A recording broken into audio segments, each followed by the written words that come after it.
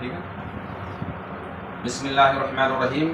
اللہم صلی وسلم علی سیدنا محمد وعلی آل سیدنا محمد کما تحب وترضى بأن تصلی علیہ صلی اللہ تعالی علیہ وسلم. ذکر جلی، ذکر خفی، ذکر دائمی کیا ہے؟ بہت سارے صوفیاء یا تصوف کی لائن سے جڑے ہوئے خانقاہی لوگوں سے آپ یہ الفاظ سنتے ہوں گے، ذکر جلی، ذکر خفی اور ذکر دائمی. تو اکثر جو نماز نہیں پڑھتے وہی کہتے ہیں ہم ذکر خفی کرتے ہیں اور ذکر دائمی میں رہتے ہیں. تو ان لوگوں کا کہاں تک بولنا صحیح ہے یہ آپ ان باتوں سے اندازہ لگا لیں گے کہ واقعی وہ ذکر دائمی میں ہے کیا، ذکر دائمی ہے کیا چیز. سالک کو یہ سمجھنا ضروری ہے کہ اصل زندگی وہی ہے جو یاد خدا میں گزرے، جو اس کے علاوہ ہے وہ موت ہے. یعنی ایک سانس کی بھی غفلت یہاں موت سے تعبیر کیا جا رہا ہے.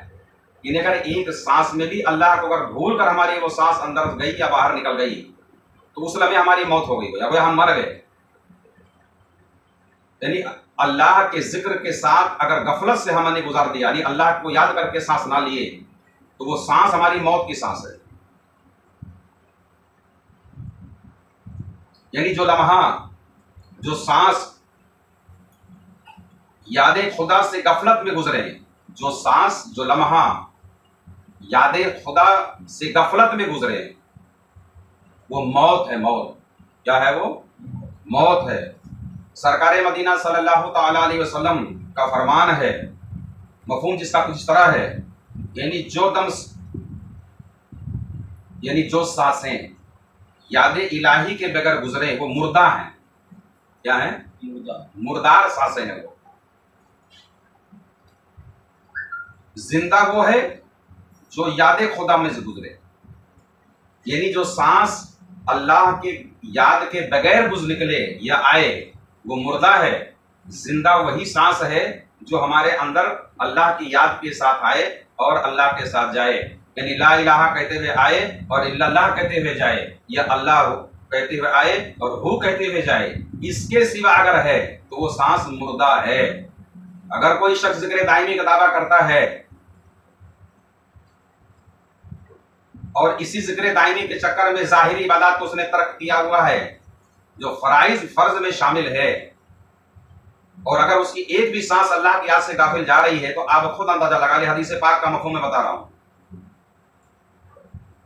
تو جو مردہ سانس جائے گی تو آدمی کو زندگی کیسے بخشے گی؟ وہ سانس بھی مردہ، وہ ذات بھی مردہ.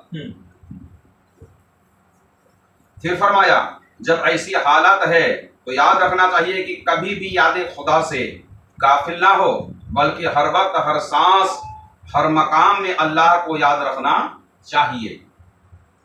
چنانچہ اللہ تعالیٰ نے ارشاد فرمایا فَاذْكُرُوا اللَّهَ قِيَامًا وَقُعُودًا وَعَلَى جُنُوبِهِمْ، یعنی اٹھتے بیٹھتے اور لیٹتے اللہ کو یاد کیا کرو. یہی وہ الفاظ ہیں جو ایک مرشد کامل اپنے مرید کو تلقین کرتا ہے نا، جس کو تلقین ذکر کہتے ہیں. اللہ تبارک و تعالیٰ کا ارشاد ہے یہ کہ تم اٹھتے بیٹھتے اور لیٹتے اللہ کو یاد کرو. یعنی نہ تمہارا اٹھنا اللہ کے یاد سے غفلت میں ہو، نہ تمہارا سونا اللہ کی یاد کی غفلت سے ہو، نہ تمہارا کروٹ لینا، یعنی اٹھو بیٹھو ہر حال میں تم کو اللہ کو یاد رکھنا چاہیے.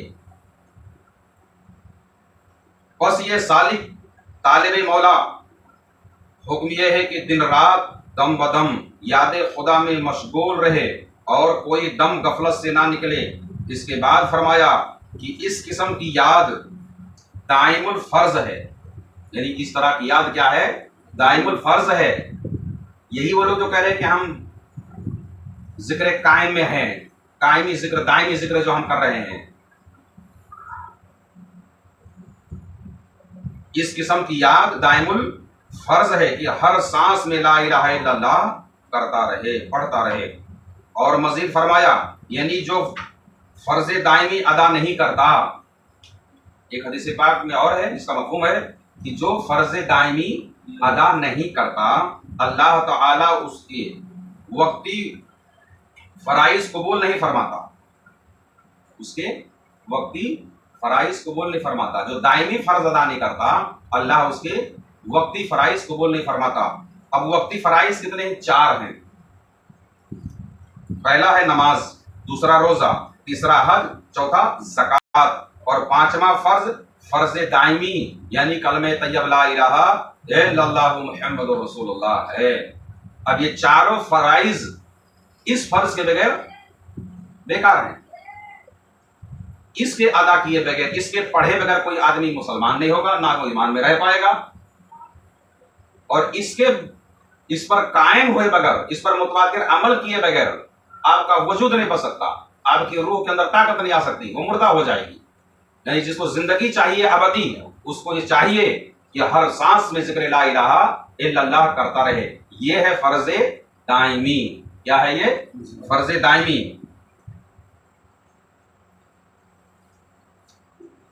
اور لا الہ الا اللہ یہ اس کا مطلب سمجھ کر بھی پڑھنا چاہیے. طالب حق کو اس دائمی فرض سے ایک لمحہ بھی غافل نہیں رہنا چاہیے. ایک لمحہ بھی اس سے اگر غافل ہوا تو وہ ایک لمحہ اس کے لیے موت کے برابر ہے. کیا ہے وہ؟ موت کے برابر ہے. یعنی ہمیں ہر سانس میں نفی اور اثبات کے ساتھ اللہ تبارک و تعالیٰ کو یاد کرتے رہنا چاہیے، تاکہ اس دائمی فرض یعنی ذکر سے دل کی اصلاح ہو سکے اور دل میں جان آ سکے، دل میں روشنی آ سکے. جیسا کہ حدیث پاک میں آیا ہے، یعنی ہر چیز کی کوئی نہ کوئی چیز، ہر چیز کو کوئی نہ کوئی چیز ثقیل کرنے والی یعنی پاک کرنے والی ہوتی ہے. یعنی ہر شے، برتن گندا تو اس کو ثقیل کرنے والی کا کیا ہے؟ کاتھا صابن. کپڑا گندا ہے تو صابن لگا کے صاف کرتے ہیں، ہے نا. تو اگر تانبا کیا نام ہے گندا ہے تو اس کے لیے الگ پاؤڈر آتا ہے، سونا گندا ہے تو اس کے لیے الگ پاؤڈر آتا ہے. تو یعنی ہر چیز کو صاف کرنے کے لیے کوئی نہ کوئی آئٹم ہوتا ہے. تو جان لو دل کو صاف کرنے والی چیز ذکر الہی ہے، اور اس میں خاص طور پہ افضل الذکر لا الہ الا اللہ ہے. اس ذکر کے 2 اقسام ہیں، اس ذکر کے 2 قسم ہیں.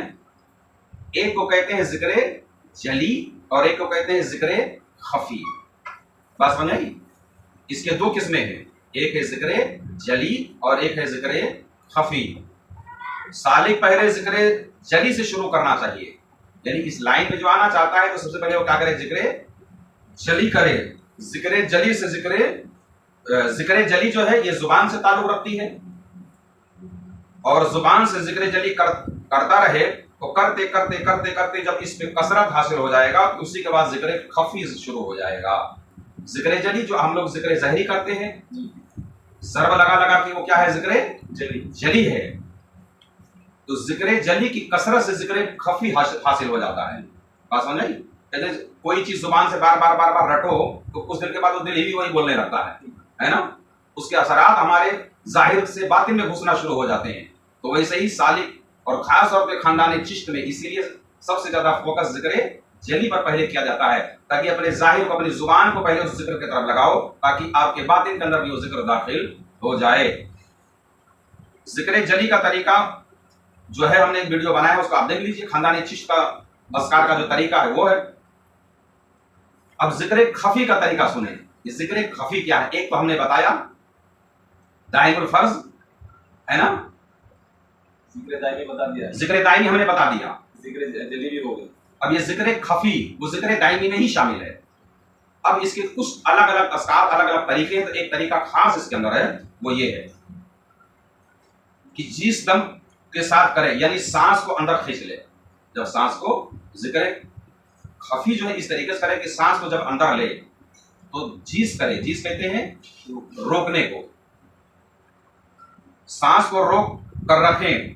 جب سانس ختم ہونے لگے تو آہستہ آہستہ دم رکاوٹ کی آگ، یعنی سانس کو اندر اپنے قلب میں جمع کر لے اس خیال کے ساتھ کہ اس کے اندر جیسے آگ، ایک آتش لگی ہوئی ہے، ایک آگ ہے. اور جب آپ کا دل بھر جائے سانس سے، آپ کا پھیپھڑا پھولنے لگے یعنی دم گھٹنے لگے، تو اب آرام آرام سے سانس کو چھوڑیں. سانس لیں، روکے رہیں، پھر چھوڑیں. اور لیتے ٹائم یہ خیال کریں کہ اللہ تبارک و تعالیٰ کی اسم کی تجلی، وہ نور میں لے کر کے اپنے دل کے آس پاس جمع کر رہا ہوں، ہے نا. جیسے کھینچے اور